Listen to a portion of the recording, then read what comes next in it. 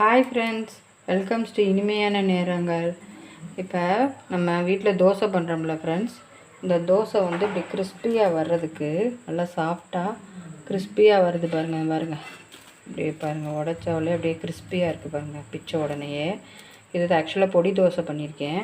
இந்த தோசை வந்து கிறிஸ்பியாக வர்றதுக்கு இதில் வந்து கொஞ்சம் நம்ம நார்மல் தோசை மாவில் நம்ம என்ன பண்ணுறோன்னா பச்சரிசி கொஞ்சம் நம்ம பச்சரிசி மாவு இதில் கொஞ்சம் ஆட் பண்ணிவிட்டு கொஞ்சம் சால்ட்டு போட்டு நீங்கள் கொஞ்சம் தயிர் கொஞ்சம் மிக்ஸ் பண்ணி நீங்கள் பண்ணிங்கன்னா இந்த மாதிரி தோசை வந்து உங்களுக்கு செய்கிறதுக்கு ரொம்ப கிறிஸ்பியாக வரும் ஃப்ரெண்ட்ஸ். ட்ரை பண்ணி பாருங்கள்.